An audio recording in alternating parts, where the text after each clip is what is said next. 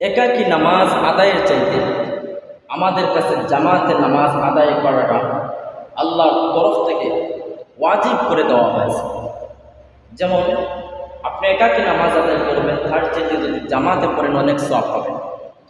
যখন দেখবেন এক জায়গার মধ্যে মাত্র একটা প্রাণী থাকে, যে কোনো ধরনের প্রাণী, তাহলে অন্য হিংস্র প্রাণী এই প্রাণীটাকে আক্রমণ করতে খুব আরাম ও সহজ হয় তার কাছে।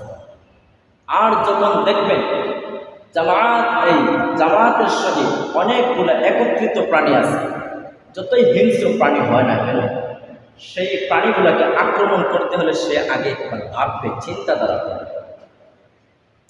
এর জন্য জামাতে নামাজটি আল্লাহর কাছে অত্যন্ত দামি, পছন্দনীয়, বান্দার জন্য অত্যন্ত ফজিলতপূর্ণ।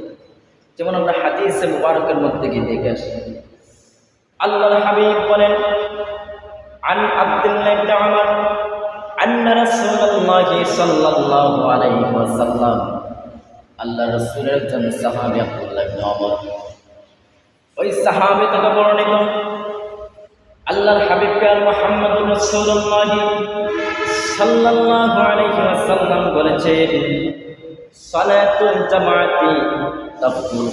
আল্লাহর হাবিব বলেন, জামাতের সহিত নামাজ আদায় করার ফজিলত কেমন হতে পারে?